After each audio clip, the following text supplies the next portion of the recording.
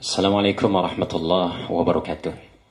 Alhamdulillah, pada kesempatan kali ini saya akan menjelaskan tentang beberapa pertanyaan yang dilontarkan oleh para VTubers se-Indonesia, kemudian dihubungkan dengan beberapa video yang menyatakan bahwa VTube itu adalah sejenis pozi dan haram.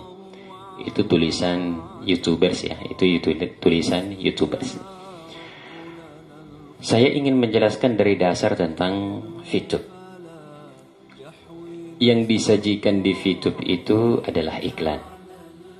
Bedanya antara VTubers dengan YouTubers, kalau YouTubers yang dibayar adalah yang membuat konten. Kalau VTube yang dibayar adalah penonton, disebut VTubers. Dari mana asalnya tentang uang yang dibayarkan kepada penonton? Yang disajikan ini adalah iklan. Saya mengambil contoh yang sering kita lihat. Salah satu stasiun TV, saya sebut saja namanya TV One. Di stasiun TV itu tentu ada iklan yang disajikan. Di antaranya mungkin ada air mineral, ada sejenis kopi. Maka untuk ditampilkan di TV One, maka tentu perusahaan mineral tersebut bayar kepada stasiun TV tersebut. Kemudian diambillah karena sesuai dengan akad tanda tangan. Sama seperti VTube yang disajikan ini ada sampo, ada sejenis kopi, ada KFC, ada Starbucks, ada motor, ada jam tangan, ada Megami, ada makanan-makanan lainnya. Maka tentu perusahaan-perusahaan semua ini membayar kepada VTube karena ingin ditampilkan iklannya. Maka VTube dengan hasil pembayaran tadi itu membagi hasil kepada VTubers atau penontonnya. Asalnya ini uang dari sini. Asalnya uang dari VTube, dari pembayaran tadi perusahaan tersebut yang ingin diiklankan perusahaannya di VTube. Maka akadnya jelas ya. Dasar mengambil uangnya jelas. Kemudian dibayar dengan view point. Poin tersebut di dalam aplikasi VTube itu adalah mata uang digital. Maka poin itu tentu berharga. Sama kalau kita dari Indonesia ingin ke Makkah, maka kita tukar dulu uang kita menjadi real, baru kita belanja karena mata uang di sana. Orang Arab, orang Eropa datang ke Indonesia ingin belanja di Indonesia, maka tentu ditukar dulu dengan uang rupiah karena mata uang Indonesia adalah rupiah. Kemudian mata uang digital di HP kita namanya poin. Apa itu poin? Saya mengambil contoh ya. Saya angkat saja nama Telkomsel karena memberikan terbaik. Kita berikan jempol kepada Telkomsel. Saya pernah mendatangi Grafari dengan urusan ingin memperbaiki nomor HP saya yang sudah lewat masa tenggangnya, ingin diaktifkan kembali. Setelah diaktifkan, ternyata salah satu karyawan dari Grafari tersebut menyapa saya dengan mengatakan, "Pak, bisa saya lihat poin di HP-nya?" Maka saya perlihatkan. Ternyata setelah beliau cek, ada 200 poin lebih di dalam HP saya, di nomor Telkomsel saya. Maka karyawan tersebut langsung menawarkan, "Pak, kalau kita mau tukar poinnya, maka poin ini berharga." Saya bilang, "Iya, bisa." Dia bilang bisa. Maka dia tukar. Kemudian pada saat itu juga alhamdulillah setelah penukaran poin, saya diberikan 2 liter minyak goreng. 2 liter. Minyak goreng dengan minyak goreng ternama lagi. Ya, minyak goreng ternama lagi. Itu 2 liter. Itu berarti mata uang digital pada poin tersebut. Berarti poin itu berharga. Sama dengan yang kita kumpulkan. Yang kita kumpulkan ini adalah poin mata uang digital. Fase ke-6 nanti di VTube. Ini baru fase kedua. Sasarannya sampai kepada fase ke-6. Fase ke-6 poin dan voucher yang dikumpulkan oleh VTube saya lihat. Itu akan bisa dibelanjakan kepada di mall-mall kita belanja. Namanya aplikasi kan? Ya, itu namanya aplikasi. Sama seperti driver Gojek online misalnya. Yang dikumpulkan dalam pengantaran itu kan juga termasuk diantaranya adalah poin. Poin yang kita kumpulkan, kita transfer poin itu, masuklah di rekening kita rupiah. Itu harganya poin. Harga inilah yang disebut dengan view poin. Maka jangan khawatir jika ada poin di aplikasi kita, itu sangat berharga. Itu sangat berharga. Cenderung naik harganya, bisa turun tapi cenderung naik. Itu namanya poin. Satu view point saya lihat di VTube itu harganya $1. Itu $1. Kemudian di bisnis VTube itu ada yang menyampaikan tentang keharamannya. Tapi perlu saya sampaikan bahwa saudara kita yang menyampaikan tadi bukan mengatakan haram, tapi menyampaikan sejenis. Ozi ada sejenis goins. Bila menyampaikan seperti itu, kita pernah dengarkan videonya. Kemudian ditanyakan oleh salah satu VTuber, salah satu mitra dari VTube itu. Saya dengar anggotanya ada 500 orang. Mestinya yang menanya tadi melakukan pertanyaan, maka pertanyaannya harus jelas.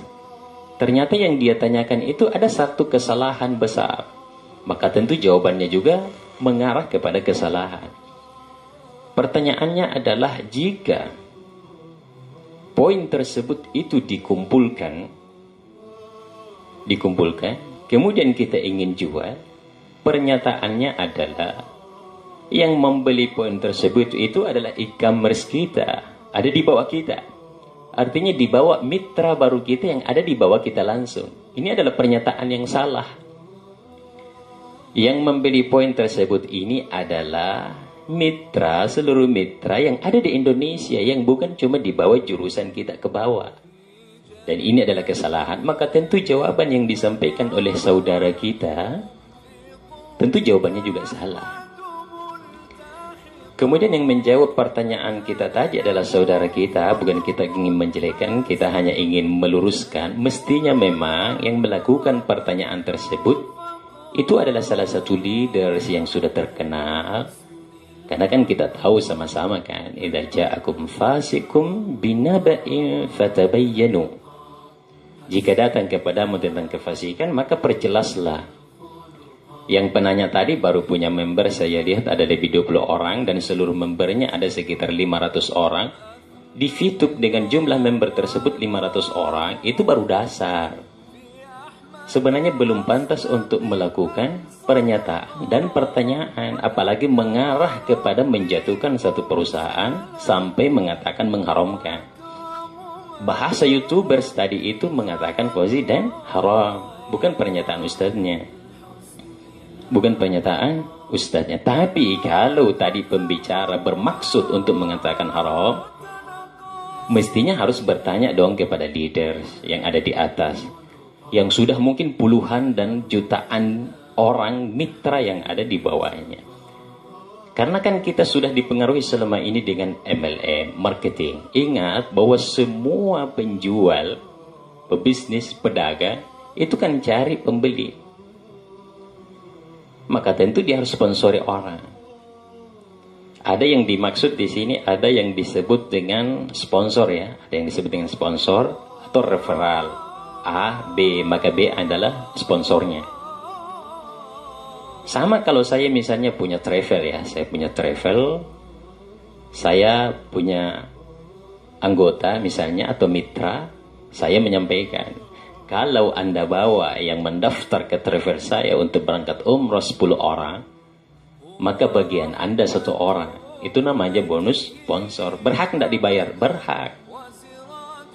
Karena kalau kita tinggal diam, tidak mencari pembeli, dalam hal ini kita sponsori orang, maka kita tidak bergerak. Maka berhentilah bisnis yang kita bangun. Atau mungkin Idul Kurban lah. Idul Kurban. Idul Kurban, banyak kan penjual sapi, ternak. Siapa yang membawa pembeli datang ke sini? Kalau dia membeli 10 ekor sapi saya, maka bagiannya adalah sekian juta. Itu akadnya. Itu bagi kepada sponsornya. Siapa saja di adalah bisnis kemudian berbagi referral dengan mitra, maka itu disebut dengan sponsor dan berhak untuk dibayar. Kita tahu juga mana MLM dan mana yang money game. Seandainya di VTube ini yang menjual Vio Point kepada member adalah perusahaan, maka ini pasti money game. Maka ini pasti money game. Tapi ini bukan. Yang menjual Vio Point adalah member kepada member lain. Karena harga Vio Point tadi itu berharga. Itu berharga. Jadi berhaklah orang mendapatkan sponsor. Sama saya. Saya ingin bermitra misalnya dengan VTube. Saya cari misalnya 10 orang. Saya cari 20 orang. Saya cari 30 orang. Berhak enggak saya dapat bonus sponsor? Berhak. Sama seperti misalnya. Ini nilai ya, nilai. Anak saya belajar daring kan melalui aplikasi, melalui medsos saat ini belajar di rumah. Nilainya bagus, dikasih poin oleh gurunya 100, nilainya berharga. Itu namanya poin. Itu namanya poin. Itu bonus sponsor. Ada yang disebut dengan peringkat. Yang dimaksud dengan peringkat kemudian diberikan hadiah, di dalam Islam ini disebut hadiah.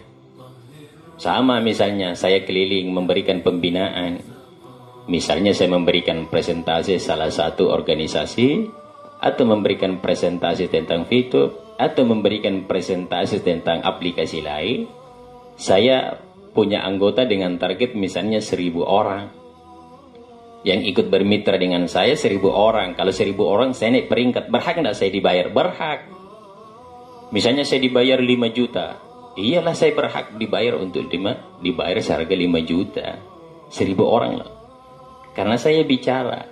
Sama seperti saya diundang di salah satu organisasi. Saya dibayar per jam 600.000 saya bicara. Berhak enggak saya dibayar? Berhak. Karena tanpa Anda mungkin mereka tidak ikut 1000 orang. Maka itu disebut hadiah untuk naik peringkat. Sama misalnya salah satu perusahaan air minum. Ternama, tidak usah kita sebutkan namanya. Kalau Anda membawa pembeli ke sini 1 orang, maka bonusnya 3 juta. Kalau Anda sudah bawa 2 orang, 3 juta naik menjadi 4 juta. Tapi kalau Anda membawa ke sini 10 orang, karena 10 orang adalah targetnya untuk naik peringkat, maka dari 10 orang itu Anda akan mendapatkan 10 juta per 1 mesin. Itu adalah naik peringkat, disebut hadiah. Karena semakin banyak yang dia datangkan, maka dia berhak untuk dibayar dong. Jadi iklan, ya, jadi iklan. Kemudian akad dari VTube ini sangat jelas. Akad dari VTube ini sangat jelas. Anda nonton 1 hari, Anda nonton 10 iklan, yang disajikan adalah iklan, Anda dibayar per hari 4.500, itu jelas 0,3 poin. Akadnya jelas, bagi hasilnya jelas. Yang kedua, jika Anda dapat sponsor, Anda berhak mendapatkan 5% dari hasil tontonannya. Itu juga jelas.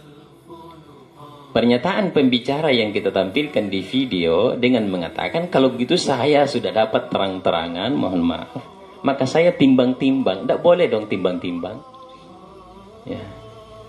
Tidak boleh kita mengatakan hukum Islam ini kemudian kita menimbang-nimbang. Tidak boleh. Kita harus masuk di daerah mana tertinggi atau leader tertinggi, menanyakan kepada mereka jika ada yang kurang jelas. Tapi jika Anda bertanya kepada yang baru membernya 500 orang, ini adalah kesalahan dalam melakukan pernyataan. Apalagi pertanyaannya salah, e-commerce kita yang membeli, ada anggota kita, coba saya misalnya bertanya kepada VTuber yang punya anggota 10 orang, jika dia punya poin dan ingin menjualnya, apakah di bawahnya yang 10 orang yang harus beli? Enggak. Daftarnya gratis, ada 4 jenis dari VTube itu. Anda mau nonton sendiri dibayar. Jika Anda ingin mendapatkan mitra dan mendapat bonus sponsor juga Anda dibayar. Jika Anda namanya fast track itu di dalam dengan membeli VioPoint dengan mata uang digital tadi, Anda juga bisa dibayar. Jika Anda melakukan 2 hal yang sama, bermitra kemudian memberikan modal, Anda juga dibayar. Akadnya jelas. Jika kita hanya mengatakan timbang-timbang, maka ini adalah sesuatu yang salah. Akadnya jelas, awalnya halal, tidak boleh akhirnya menjadi sesuatu jawaban yang berbeda. Contoh, susu. Susu. Kita mau jual susu di pasar. Susu kan halal. Susu kambing misalnya. Tapi, jika Anda campurkan susu tadi dengan air putih untuk memperbanyak susu yang akan Anda jual, maka berubah menjadi haram. Awalnya halal. Sama seperti tadi. Kita kumpulkan tadi poin. Kita kumpulkan poin banyak. Misalnya ada 1000 poin kita kumpulkan. Kalau saya lihat harga di Fitub 14.900 ya. Berarti sekitar 149 juta. Tapi kan orang tertentu yang dapat ini dengan memberikan prospek yang banyak, dengan usaha yang kuat, yang keras. Kalau dia mengatakan, bagaimana kalau tidak dibeli poin tersebut? Anda dirugikan.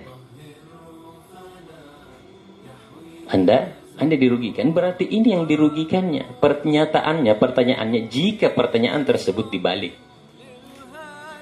Tadi kan kalau Anda dirugikan, apakah kita harus mengatakan Anda bahwa bisnis ini haram? Tapi kalau pertanyaannya dibalik, jika poinnya tadi dibeli, apakah yang haram tadi berubah menjadi halal? Tidak mungkin kan? Kalau tidak dibeli haram, kalau dibeli halal. Maka masuk dari jual beli ini karena akadnya jelas, Anda juga nanti potensinya siap. Anda rugi atau beruntung. Tapi saya lihat di fitur sampai saat ini yang menjual poin itu lebih sedikit daripada pembeli poin. Artinya yang membeli poin masih jauh lebih banyak daripada penjual poin. Makanya saya lihat di yang aktif di fitur itu, kalau dia jual poinnya 2-5 menit pasti sudah ada pembelinya. Apatah lagi perusahaan memberikan kepada seluruh VTubersnya, jika tidak ada pembeli, member yang membeli dalam 1 minggu, maka perusahaan akan beli. Kenapa perusahaan beli? Karena tadi poin berharga. Tapi saya lihat belum ada yang sampai 1 minggu, 2-5 menit saja dia jual, pasti terbeli. Pasti terbeli. Itu namanya VioPoint. Masuk di VTube itu juga kan tidak dipaksa. Masuk di VTube tidak dipaksa, gratis lagi. Nonton dibayar. Sama kalau saya punya restoran. Di restoran itu ada mungkin sini yang akan saya tampilkan. Anda masuk bayar, atau Anda masuk gratis, atau Anda masuk dibayar. Mana yang kita pilih? Mau bayar, mau gratis, atau Anda masuk memang dibayar. Yang ditampilkan di dalam juga memberikan manfaat. Misalnya saya lihat ada jam tangan, bagus tuh, memberikan manfaat. Alhamdulillah, dengan waktu kita bisa mengatur waktu sholat kita, waktu ibadah kita. Yang selama ini kita mungkin tidak mendapatkan informasi-informasi, ternyata di situ memberikan informasi terbaru, maka memberikan manfaat. Maka iklan yang disajikan ini memberikan manfaat atau tidak? Kalau memberikan manfaat, itu yang kita tonton, itu yang kita kembangkan. Coba kalau misalnya yang dipertontonkan adalah membuka aurat secara umum, maka tentu tadi, sekalipun masuknya kita dibayar, kemudian kita putar dan kita senang dengan iklan tersebut, maka kita mendapatkan dosa. Tapi saya melihat apa yang ditampilkan di YouTube ini sekitar 98% yang disajikan memang adalah iklan dan memberikan manfaat. Maka tidak berhak kita mengatakan ini sejenis ini kemudian memberikan hukum. Cobalah konsultasi kepada leader tertinggi agar bisa jelas dan diperjelas tentang apa yang ditampilkan ini. Karena ini kan tiba-tiba muncul videonya kemudian disajikan secara umum, maksudnya apa? Kalau maksudnya ingin mengeluarkan seluruh anggotanya, silahkan disampaikan. Kalau maksudnya ingin memberikan hukum, silahkan disampaikan dengan baik. Tapi kalau maksudnya YouTubers tadi ingin supaya videonya laku, gimana mereka? Maka perlu ditabayun, perlu diperjelas akadnya seperti apa. Jangan tiba-tiba ada videonya kemudian YouTubers mengatakan ini haram. Itu tidak boleh dong. Coba kalau misalnya YouTube mengambil satu langkah hukum, maka tentu ini adalah pencemaran nama baik. Maka kita tidak berhak. Sama saya mengambil contoh ya, saya mengambil contoh. Waktu saya diperkenalkan ini kan saya langsung berpikir positif bahwa orang pasti sukses kan. Tapi saya tidak langsung mengatakan bahwa YouTube ini halal, enggak. Tantangan pertamanya ada sama keluarga saya. Mohon maaf, saya sebut saja namanya istri saya. Saya tawarkan, dia tidak terima. Kenapa? Takutnya nanti yang dipertontonkan itu adalah iklan yang membuka aurat. Atau misalnya dia sejenis syubhat atau sejenis haram. Tapi saya tidak berhenti di situ. Kita dengarkan leader-leader, kita diperdengarkan seperti ini. Kemudian menyampaikan, saya juga tidak pernah nakal lagi. Saya jangan sampai gara-gara YouTube kita punya masalah dengan keluarga. Sudahlah, saya tidak usah bahas kepada istri saya. Istri saya mengatakan haram, saya mengatakan saya tindak lanjut. Artinya cari, memperjelas gimana sistemnya, kenapa bisa dibayar. Terus lama sampai berbulan-bulan, dan baru beberapa hari istri saya justru dapat dari orang lain penjelasannya di medsos yang lain. Oh, ternyata ini dasarnya. Ini yang selama ini diperdebatkan. Jadi tantangan saya ada sama keluarga saya. Mungkin tantangan Anda ada kepada mitra Anda. Sama kalau Anda melihat video dengan mendapatkan ini, maka ini adalah tantangan Anda. Anda lanjut atau tidak? Anda teruskan atau tidak? Anda mau sukses atau tidak? Sebenarnya dari video tersebut, boleh jadi juga video tersebut itu menyampaikan hal yang sederhana, tapi kita sebagai VTubers, kita sebagai orang yang ingin bermitra, cara menangkap penjelasan tadi juga salah. Saya angkat ya, saya tidak menjatuhkan ulama kita, ulama besar kita rahimahullah, Imam Syafi'i kan. Di sisi lain ada pendapat yang mengatakan ini kan tidak pernah dilakukan Imam Syafi'i. Tapi murid yang lain mengatakan ini pernah dilakukan oleh Imam Syafi'i. Kalau kita cari dasarnya, bukunya Imam Syafi'i, dia tidak pernah melakukan hal itu, bahkan dia tidak menganjurkan melakukan itu. Tapi kan ada yang mengatakan ini pendapat Imam Syafi'i, boleh dilakukan. Kenapa bisa seperti itu? Karena muridnya juga berbeda-beda. Ada kemampuannya 100%, ada kemampuannya 50%, ada kemampuannya 30%. Sama seperti yang melakukan pertanyaan ini. Mungkin kemampuan yang sudah beberapa bulan ya, berapa ya? 2 bulan atau 3 bulan ya? Memberinya baru 500, itu secara umum baru 20% perkembangannya. Yang menjawab tidak berhak dong menjawab pertanyaan tersebut karena belum tahu dasar dari VTube itu dari akar-akarnya. Coba konsultasi kepada leader tertingginya agar ini jelas apa yang disampaikan agar tidak menjatuhkan VTube ini. Jawaban-jawaban seperti itu perlu direvisi kembali, dilihat kembali. Apatah lagi tadi, jadi yang saya garis besar adalah kenapa beliau mengatakan sejenis ini, karena pertanyaan tadi menyatakan income kita di bawah, member baru kita, itu yang membeli poin kita. Padahal itu adalah pernyataan yang sangat-sangat salah. Tidak pernah ada peraturan dari VTube bahwa yang membeli adalah di bawah kita. Seandainya juga yang fast track saya lihat di VTube itu membeli poin, itu adalah paksaan, itu sudah jelas adalah money game. Ingat, money game itu jika kita mendapatkan barang yang harganya 3 juta, itu pendaftarannya 8 juta. Permainan uang kan? Tanam saham misalnya. Hari ini kita nabung misalnya 300.000. Dengan impian nanti kita bisa punya mobil. Uang kita setorkan selama 10 tahun. Baru kita dapat hasilnya. Ini adalah permainan uang.